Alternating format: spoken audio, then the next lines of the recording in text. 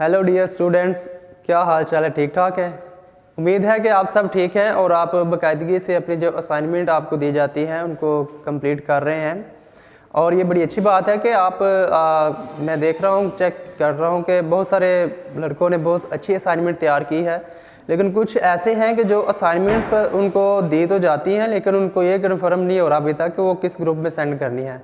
तो आपको बताता चलूँ कि हमारी इलेक्ट्रिकल वायरिंग और इलेक्ट्रिकल ड्राइंग का जो है वो अलहदा से एक ग्रुप बना दिया गया है। तो आपने क्या करना है कि अगर जो आपको असाइनमेंट दी जाती है इलेक्ट्रिकल वायरिंग की या इलेक्ट्रिकल ड्राइंग की, तो आपने मुतलका ग्रुप में ही उसको सेंड करना है। और आप कुछ लड़कों को ये नहीं कन्फर्म कि कुछ कह रहे थे कि अभी हमने जो हमारा जो लिंक है उसके ऊपर सेंड कर रहे हैं।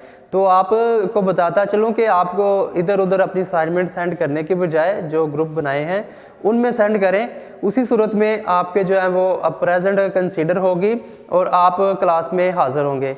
अगर आप किसी और जगह पे सेंड कर रहे हैं तो उसके आपके जो है नंबर है जो प्रेजेंट है वो नहीं अकाउंट होगी। तो हम स्टार्ट करते हैं। आज हमारा जो टॉपिक है इलेक्ट्रिकल वायरिंग डोमेस्टिक लेवल पर, और इसमें हम पढ़ेंगे types of wiring domestic level पर और इंडस्ट्री लेवल पर कि हम कौन कौन से तरीक़ाकार जो है वो इस्तेमाल करते रहे हैं और नेक्स्ट अभी जो है मौजूदा वक्त में हम कौन से तरीक़ाकार इस्तेमाल कर रहे हैं।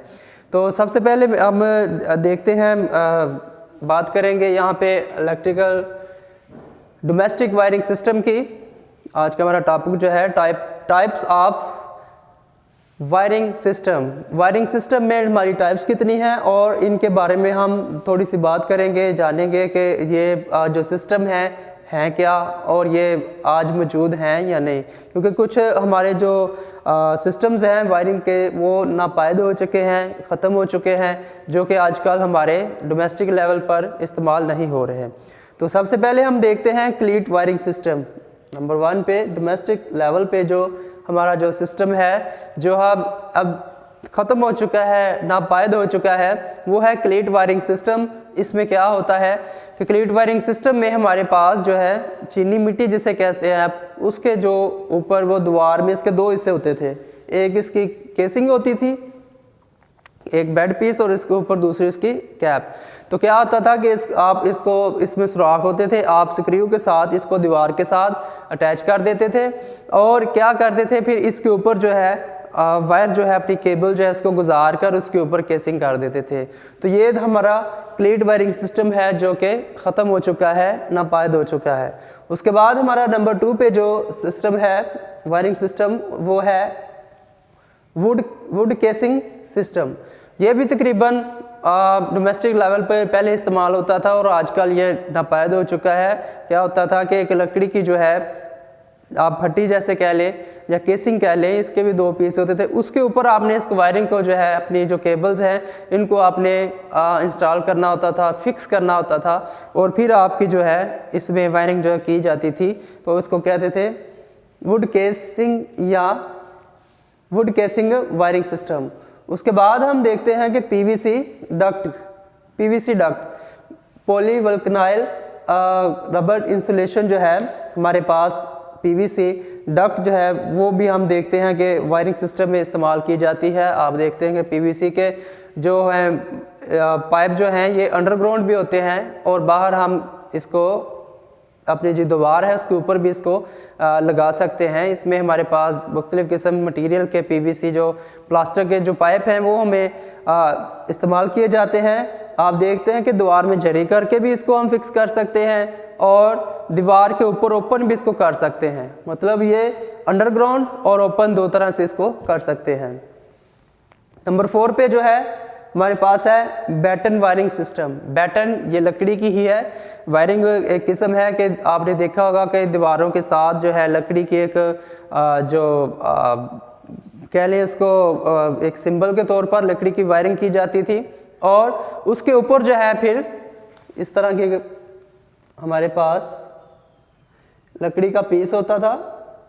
तो उसके ऊपर हम क्या करते थे, हमारी जो वायरिंग है इसको हम अपनी केबल जो लगाते थे और उसके बाद फिर उसके नीचे पहले क्लम्प लगाए जाते थे और क्लम्प को ऐसे हम उसमें बंद कर देते थे ताकि हमारी जो वायर है उसकी जो मजबूती के साथ उसके पकड़ हो जाए, उसका फैलाव जो है वो ज़्यादा ना हो बल्कि वो खूबसूरत हो और कवर हो। तो ये जो सिस्टम है ये बैटन वायरिंग सिस्टम है कि हम लकड़ी के पीस के ऊपर जो है क्लम्प लगाकर, जो स्टील के क्लम्प थे, छोटे साइज में भी होते हैं बड़े में भी, वो लगाते थे और उसके बाद वायर को ऊपर लगाकर हम उसको उसमें सेफ कर देते थे ताकि इसका फैलाव जो है वो ज़्यादा ना हो। उसके बाद हमारे पास नंबर 5 पे जो है ये है लेड शीटेड। लेड शीटेड ऐसा सिस्टम है, आप देखते हैं कि ये मोटी केबल होती है और इसको बाज़ का ज़रूरत नहीं होती कि आप इसको किसी वायर पाइप में, पीवीसी पाइप में या लकड़ी के ऊपर इसको लगाएं। इसके लिए सिंपल क्या करते हैं हम कि हम इसको एक दीवार के साथ लगाते हैं और जिधर जिधर हम इसको फिक्स करते हैं उसके ऊपर हम इस केबल को जो है क्लम्प लगाते जाते हैं ताकि ये इसकी जो है मजबूती या उस जगह पर फिक्स रहे। तो ये हमारे पास जो है लेड शीटेड वायरिंग सिस्टम जो है। उसके बाद है केबल पीवीसी कंडक्ट।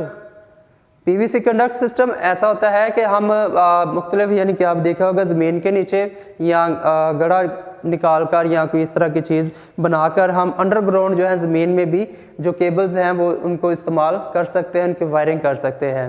उसके अलावा ये था हमारा डोमेस्टिक लेवल पर। इंडस्ट्री लेवल पर हम कुछ वायरिंग सिस्टम के तरीक़ाकार हैं, मेथड्स हैं, उनके बारे में भी सीखेंगे। नंबर 1 पे है स्टील कंडक्ट वायरिंग सिस्टम के स्टील के जो पाइप आप देख सकते हैं कि हमारे जो मेन डिस्ट्रीब्यूशन बोर्ड होते हैं उनके अंदर से एक पाइप जो है वो स्टील का या मेटल का हम इसमें इस्तेमाल करते हैं ताकि उसके अंदर हम अपनी केबल जो है वायरिंग जो है उसको गुजार सकें। तो ये था हमारा स्टील कंडक्ट वायरिंग सिस्टम। उसके बाद मेटल ट्रंक सिस्टम है। मेटल ट्रंक सिस्टम ऐसा सिस्टम है कि आपके पास केसिंग बनी होती है मेटल की, उसके पीस बने होते हैं। जैसे हमारी इलेक्ट्रिकल वायरिंग डिपार्टमेंट में आपने देखा होगा प्रैक्टिकल शॉप में कि हमारी एक इसकी 2 लेयर्स होती हैं, 2 इसके पीस होते हैं, ऐसे एक नीचे बिछा दी जाती है, उसके अंदर वायर गुजार कर फिर उसके ऊपर जो है केसिंग की जाती है और इस तरह हमारी जो एक डक्ट बन जाती है। तो उस सिस्टम को हम कहते हैं मेटल ट्रंक सिस्टम। उसके बाद है duct wiring system. Duct wiring system ये है कि आप ज़मीन में भी कर सकते हैं, आप डक्ट खोद कर या फिर इंडस्ट्री लेवल पर मोस्टली आप इसको ज़मीन में ही इस्तेमाल करते हैं। अगर आपने लेफ़्ट राइट अपने पॉइंट से कहीं पे भी जाना है तो आप उसको क्या करेंगे, उधर से फिर गड़ा खोदेंगे जो जितना भी साइज़ा केबल्स के हिसाब से। तो फिर आप क्या करते हैं कि उसके ऊपर हम जो है वो उसको कवर कर देते हैं, कोई ऊपर चीज़ जो है उसके ऊपर हम लकड़ी का पीस जो है, तख्ते वगैरह या इस तरह का जो उसको कवर कर सकते हैं और जब ज़रूरत हो तो फिर उनको उतार कर फिर उस डक्ट को जो है हम दोबारा से चेक कर सकते हैं और उसको दोबारा से उसी तरह उसकी हालत में हम ला सकते हैं। उसके बाद जो है हमारे पास डक्टिंग सिस्टम है। उसके बाद है कैटनरी सिस्टम। कैटनरी सिस्टम हमारे पास ऐसा सिस्टम है कि ओवरहेड जो है, आप देखते हैं कि मुख्तलिफ इंडस्ट्रियों में ओवरहेड जो अपने उनके इंडस्ट्री के अंदर ही पोल लगे होते हैं, उनके ऊपर ओवरहेड जो है वायरिंग की गई होती है, जो एक इमारत से या एक डिपार्टमेंट से दूसरे डिपार्टमेंट में हम उसको लेकर जाते हैं, उसको कैटनरी वायरिंग सिस्टम कहते हैं। उसके बाद है टफ शीटेड वायरिंग सिस्टम। ये भी आप इसको ओपन भी इस्तेमाल कर सकते हैं। मुख्तलिफ किस्म की जो हार्ड जो हमारे पास केबल्स होती हैं साइज़ में बड़ी होती हैं, आप उनको डक्ट्स के ज़रिए डक्ट में या फिर उसको ओपन जो आप गड़ा खोद कर, जैसे केबल्स आपने देखी होंगी PTCL की केबल जो हैं वो भी इसमें शामिल हैं, तो वो आप उनको इस्तेमाल कर सकते हैं जो इंडस्ट्री लेवल के ऊपर इस्तेमाल होती हैं। उसके बाद नंबर 6 पर हमारे पास है ओवरहेड बस बार। बस बार एक ऐसा सिस्टम है, ऐसा तरीकाकार है कि आप इसके ऊपर क्या करते हैं, मेटल के पीस के ऊपर जो है किसी भी जगह के ऊपर फिक्स कर देते हैं। आप इसमें डिस्ट्रीब्यूशन बोर्ड जो है, पावर डिस्ट्रीब्यूशन बोर्ड, उसमें भी बस बार को इस्तेमाल करके आप उसके ऊपर जो है वायरिंग का सिस्टम जो है वो उसको नस्ब कर सकते हैं। उसके बाद नंबर 3 पे हमारे पास है wiring system, farm wiring system के लिए ये बहुत बड़े फार्म्स में जो होते हैं, जिधर हम ट्यूबवेल इस्तेमाल करते हैं, जिधर हम ज़्यादा इंडस्ट्री या इस तरह की चीज़ें जो है इस्तेमाल करते हैं, तो ये स्पेशल किस्म का जो है वायरिंग सिस्टम है, जो कि एक क्वालिफाइड जो है माहिर जो इलेक्ट्रिशियन है वही इसको सरंजाम दे सकता है।